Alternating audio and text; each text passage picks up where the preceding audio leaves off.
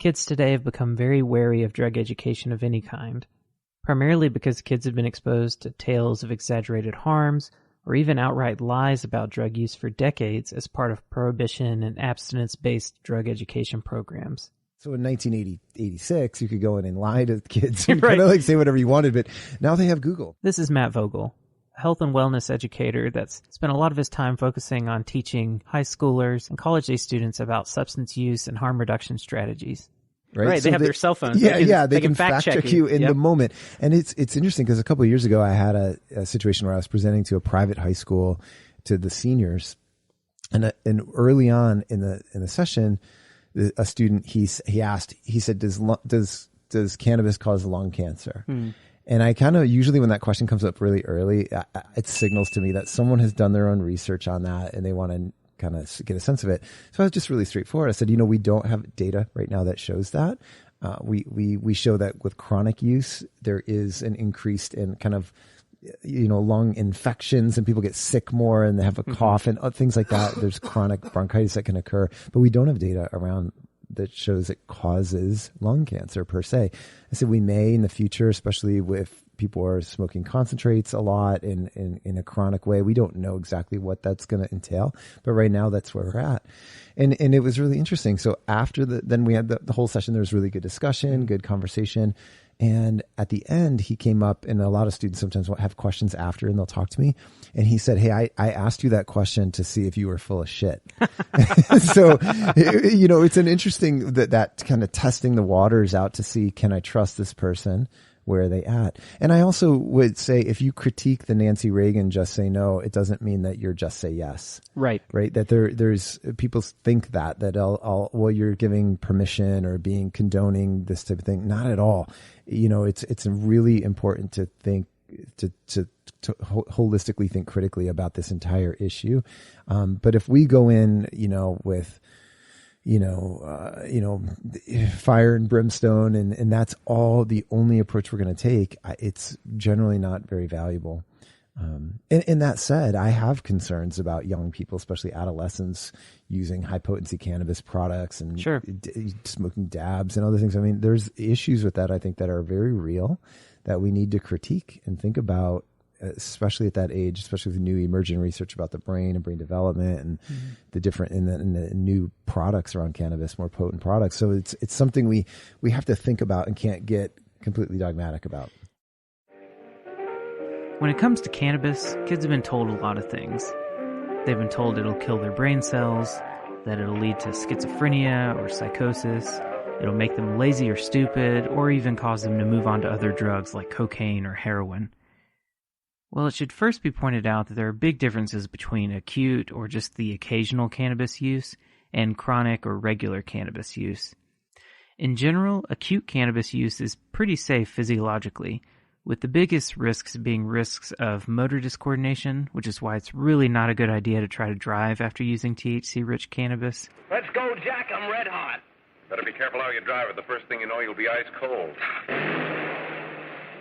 And then also memory disruption and psychological distress like fear or paranoia. However, most of the major risks that adolescents learn about cannabis are associated with chronic or repeated cannabis use. While chronic cannabis use can alter the way the brain functions, and we definitely need to understand the consequences of that more, to say that it kills brain cells is a little dishonest. Yes, chronic cannabis use can definitely change the way the brain works. It can make certain areas of the brain less active, while also making other areas of the brain more active. But this is a complicated puzzle. In fact, in some cases, cannabis can actually encourage new brain cells to grow in a process called neurogenesis. While cannabis can exacerbate or reveal underlying mental health problems in adolescents, there's not strong evidence that it actually causes those problems.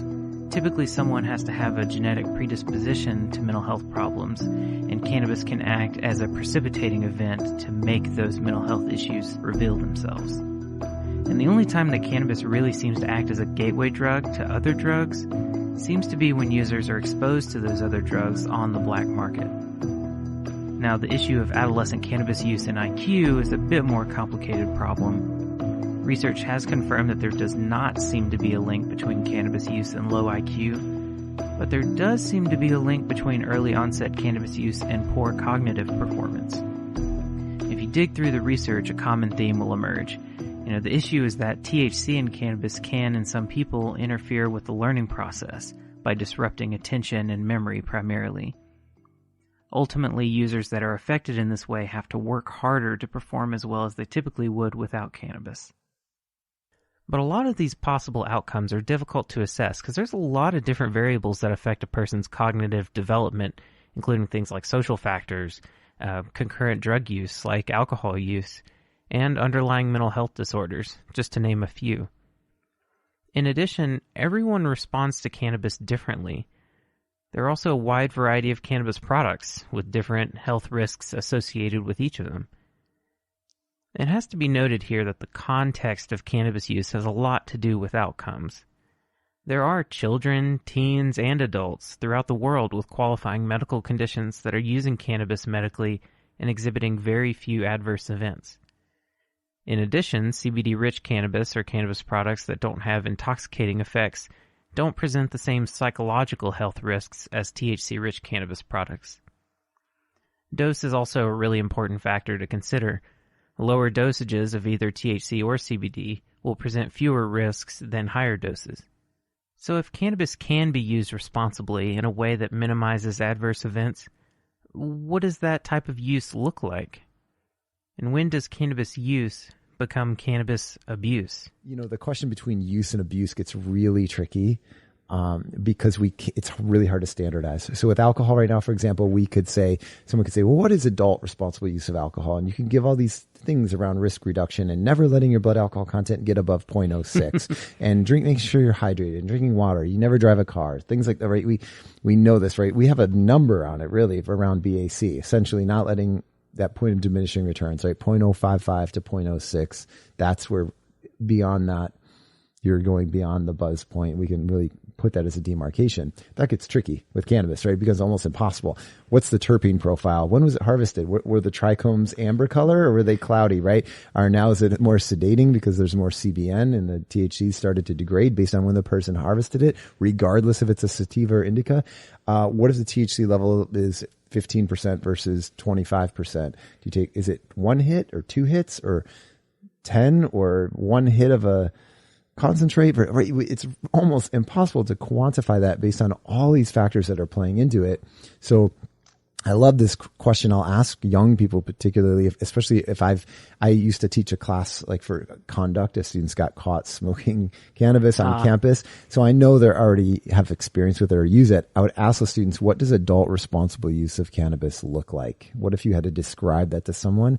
And that is a tough question for people to answer because it's complicated. It's harder to put this like quantifiable number on it. And so again, it's looking at it from kind of these different personal factors, and yeah, it's a very complicated one. One thing I really appreciated about my conversation with Matt was his attention to just how complicated this topic is, and that there's really not a one-size-fits-all answer regarding teen cannabis use and the potential risks involved.